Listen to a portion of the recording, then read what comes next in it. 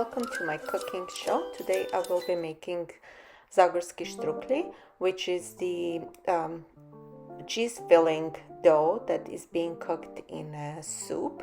So technically you'll need to make this filling dough. You will need some eggs, you will need some flour, all-purpose flour we'll use for this, pressed cottage cheese, and sour cream. So, and salt and pepper to the taste. And also here an ingredient that it's very important to make the dough is the apple cider vinegar, which I use the organic one with the mother in, but like you need about a tablespoon, 2 tablespoons to this is actually to make the dough be nice and thick, so when it's cooking it's not going to dissolve.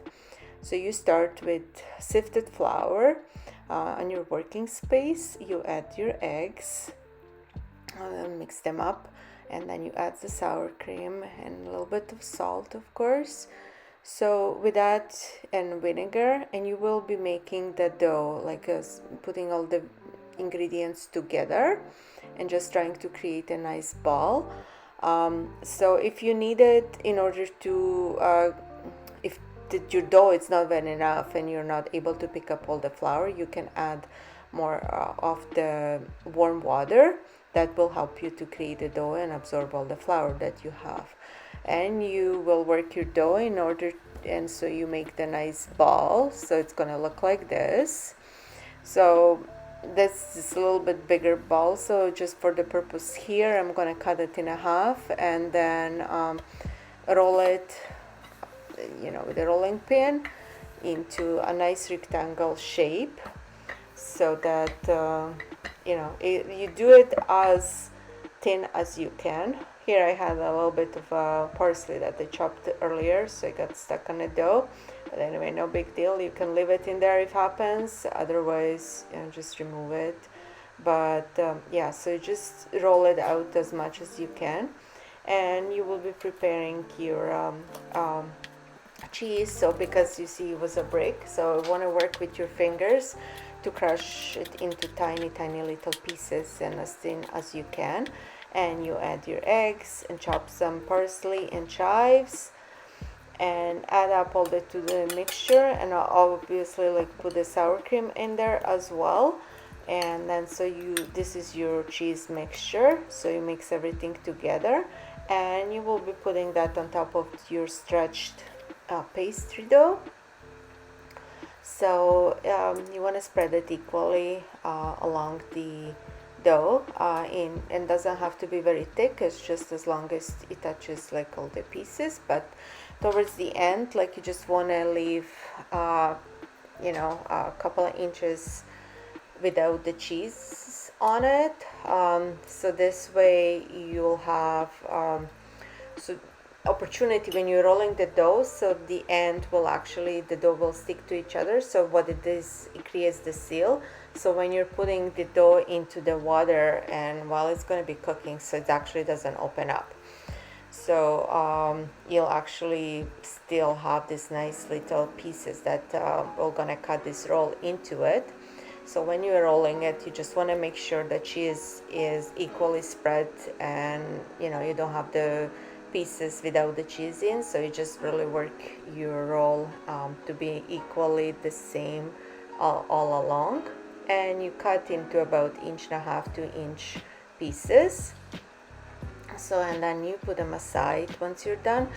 Most likely you don't need to cook all at once, depend how many people you serve it, but if you just cook for one person or two, you might not need all this. So what I do, I put them on a tray and put them in a freezer, and then I have it for the next time.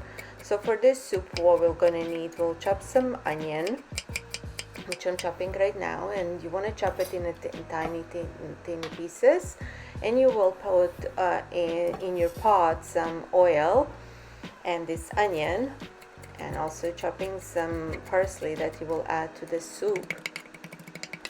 I really like the parsley here because the soup, it's kind of very pale, so when you're adding the parsley, it's just you know, creates this nice looking you know, soup.